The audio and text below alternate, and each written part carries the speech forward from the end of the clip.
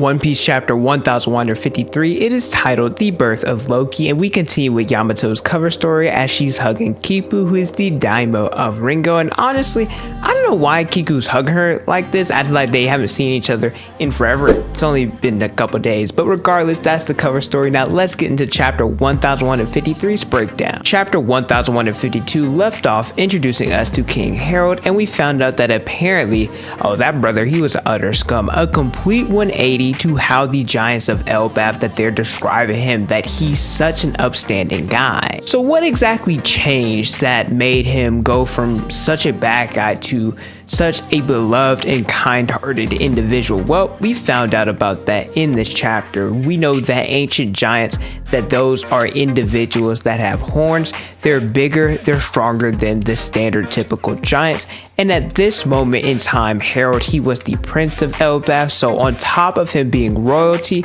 he was an ancient giant. So he was very arrogant and saw himself as just superior, not just to other giants, but just people in general. Harald grew up as arrogant, as unruly. He was a rogue that no one could rein in. And I love it whenever Oda depicts scale when it comes to the giants, because if you look at the giants compared to normal people, well, the size is crazy, especially if you compare an ancient giant to normal people, because Harald, he was on a ship just picking his nose, getting a boogie about his nose, and then he flung a boogie at either what looked like a ship or a sea beast and caused it to fling around in the air. The boogie was probably the equivalent size to a bunch of cannonballs, and even saying that might be generous and lowballing how big his booger was. While Harald was traveling, he noticed that a giant was trapped in a cage and he attempted to free her. This is where we were introduced to Ida, who would later be Hajrudin's mother. Harald,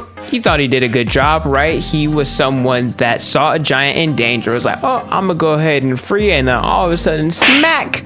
Ida ends up smacking this brother. Honestly, fellas, you need to invest in a feisty woman because you'll fall in love. The reason why Ida slapped Harald is because, well, he was being arrogant, and I agree with everything that Ida says here, because the current Elbaph, it's not bad anymore, but that's because of everything that was built upon the flashback. And there are still some giants in Elbaph, specifically, for example, Road, thinks that they're superior. Elbaph giants are supposed to be the strongest, the mightiest warriors in all of One Piece. They're regarded for their strength, hence why I believe it was Gunko, she stated that the giants, they'd sway the battle or the final war, whoever had them as their allies. Ida scolds Harald here because she tells him that he needs to apologize to the people that he hurt while freeing her, because yes, Harald did end up saving her, but at the same time, the people there, they actually saved her too. They gave her food, they healed her, they gave her a place to rest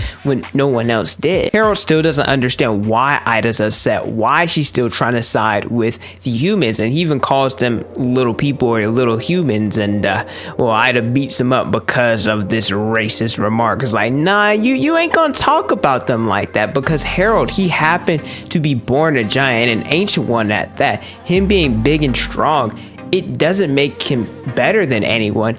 It just makes him different, because he may be superior in terms of strength, but in other aspects, well, a human could be better than him at, like, for example, maybe intelligence. There could be someone that's smarter than him. But Harald is so self-absorbed and believes that Elbaph is superior. He never takes the time to learn, not just from humans, but other species as well. We see that later in the chapter, he ended up visiting Fishman Island. So yeah, he just doesn't interact with anyone else and thinks that he knows everything. We know that there are other giants outside of Elbaph, and so Harald and Elbaph, the giants, what they're doing, it's setting a bad example and causing everyone to lump the giants all together, thinking that they're all these brute savages and that they're just bad people. It's almost like stereotyping people, right? Like saying black people love fried chicken, or saying that white people can't season their food. It's like that. So Ida's like, hey, you need to truly understand what you're doing, how it affects others. And Harald starts contemplating. He's like, I was born big, huh? That's probably what Shaki's saying. But if you guys enjoy regular anime content, specifically One Piece, let me know by leaving a like, subscribing to the channel, and hitting the notification bell so you guys never miss out on a new video. I pump out different One Piece content almost each and every day. So after pondering what Ida was saying, Harald decides that he's going to help her, orders his crew to help the different humans, right, that they need to rebuild the city. And in doing this, Harald starts to learn a little bit more about him. Like I said, just because he's bigger and stronger, it doesn't mean that he's better than them. It just means that he's different. The giants learned so much by actually talking to the humans, learned different construction techniques, learned about spices, about fabric quality, that it's so different from Elbaph, and they can take some of this and improve their lifestyle. And guess what? All of this wouldn't have been done if Harald never took the time to learn from these people. Shoot, Ida even got Harald, who is a freaking king, to bow, to apologize to these people. And then of course, as his journey continues, Harald, like I said, learns more about humans. He parties with them, drinks with them. He goes to different islands, learns about their cultures along with Ida, and he even invites Ida to join him back at Elbaph, because we know, like I said, she didn't originate from there. So they make it back to Elbaph, and Harald, he wants to atone for all the crimes and sins that Elbaph has committed. He's going to frequently travel overseas and offer a hand of reconciliation to the neighbors and just learn about their different cultures, believing that it can enhance Elbaph's way of life. And they're not going to do this by force, but actually making genuine connection. 81 years ago, Ida and Harald, they have their first child, or well, at least Harald has his first child, and this is Hajrudin. However, the people within Harald's council, within, I guess you could say, the royal family, they don't necessarily recognize the birth of Hajrudin and the marriage, because, well, Ida, she's an outsider. And so I think when I first read Hajrudin talk about how, or I think it was Rose talk about how Hajrudin was an outcast, I thought it was worse than what it was, or at least the way it was described, I thought it was worse than what it was, because the people of Elbaph, at least at this point in the flashback, they actually care about Ida, they actually care about Hajrudin, and they're welcome. Sure, it's not necessarily the castle, they're not living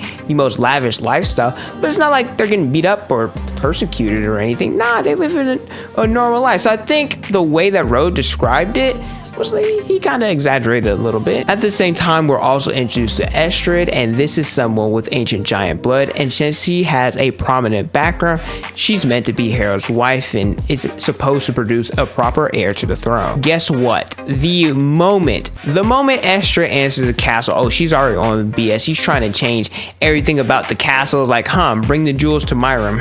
We're only eating on silver platters. Nah, she's bougie.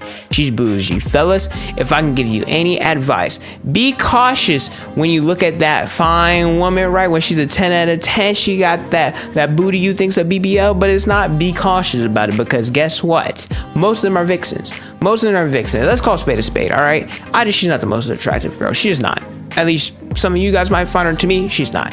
But she is a kind-hearted and genuine person and has such a beautiful soul. So me personally, I'm going with the person that is a 6 out of 10 look-wise, but a 10 out of 10 personality, instead of someone that's a 10 out of 10 look-wise, but has a really poopy personality. I would be miserable my whole life. And so I'm sorry, I don't care how good Estrid looks. I can't be with someone who's just I do want to mention that Estrid offered Harald a horse, which is supposed to be the horse of good fortune. And in Norse mythology, the horse is known as the Sleipnir and is known as the swiftest in the world. It can walk on earth, air, and water. And I've seen a lot of people say that this is how Loki is going to travel with the Straw Hats. At first I was like, yeah, this is a good idea. But back in chapter, I believe it's 1136, it's confirmed that Loki killed this horse. So yeah, that's not an option. Frankie, you still gotta cut down the treasure tree at him. While Harald is out to see Estrid, she ends up giving birth to Loki, and alright, that brother, he looks a little bit scary. But okay, to be fair, a lot of babies, when they're born,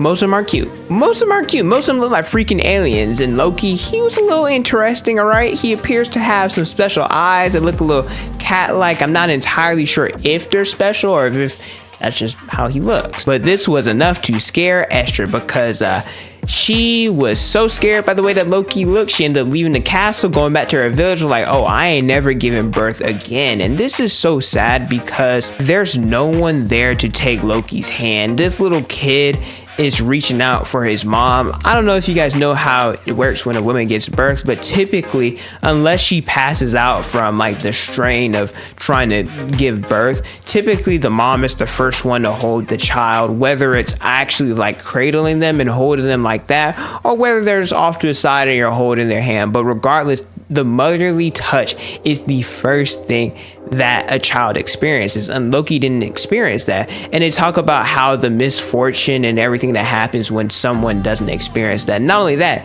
Estrid threw that dude into the underworld. This reminded me of Big Mom's Children, reminded me of Pudding and Katakuri, how they were both mistreated at young ages and it warped their personality. Same with Loki, how Pudding, she was bullied because she had 3 eyes. Beautiful girl, but she just had a 3rd eye. Not only was it different kids, but her own mother was like, oh, you're ugly, go ahead, grow out your bangs, that she's a 3-eyed freak. And you know, because of that, she ended up having this warped personality, and the only person that broke that out of her, and still it's a little warped, was Sanji, when he gave her the first genuine compliment that her 3rd eye was beautiful. Same with Katakuri. I mean, okay, technically he didn't really give a fluff about the way that he looked. They looked like a pelican eel that he would just beat up people for, but then it started affecting his family, particularly Brule, and then from now on Katakuri became self-conscious about his face and he started covering himself up. So just little things like that, something that's out of someone's control and them being mistreated, it can warp their personality big time. And then Loki, in his case, he's been rejected by everyone, his mother, his brother, his country, Elbaph, rocks. And so Luffy is the first person that we know of that has actually accepted him and wants him in his life. And so, like I said, this is real Straw Hat material right here. As I mentioned, baby Loki, he was dismissed by his mother, thrown into the underworld, but kid Loki, or baby Loki, is washing a lot of characters because that brother is crazy. He ended up climbing back up to the underworld, from the underworld, which is already a better feat than Luffy climbing up Drum Island. And on top of that, before he climbed up, it looked like he beheaded a bear. So, yeah, that brother, it's a problem. And then Estrid, apparently she got ill. You know, she's, bedridden, collapsed because she's in poor health. They talk about how Harald was supposed to be slain by his son. And they chalk it all up to everything that is happening, all the misfortune, and what's going to happen in the future to Loki's curse. I do want to flame Hajrudin a little bit because the way that he talks about Loki, Hajrudin talks about like his poop doesn't stink too, because whenever Luffy and Zoro were freeing Loki, Hajrudin talked about all the negatives about him, how he's cunning, how he's cruel, how he'll backstab you. But looking at the flashback, when Loki was just a baby, while Ida and Hajrudin were talking, Hajrudin was already dismissing him before they even met, which is whack, because we know Loki isn't necessarily the nicest guy in the world, but he's also not evil, right? He's not a saint, but he's not the devil. And so I'm not saying that Hajrudin isn't valid for how he feels because of stuff that probably happened, but writing off someone before you met, that's pretty whack. But that's it for chapter 1153. Let me know how you guys feel about this chapter in the comment section below. Thank you guys so much for watching. Don't forget to like, comment, and subscribe. Hit the notification bell so you guys don't miss out on a new video from my Instagram, Twitter, and TikTok is on the screen and in the description below. And don't forget to unleash your potential.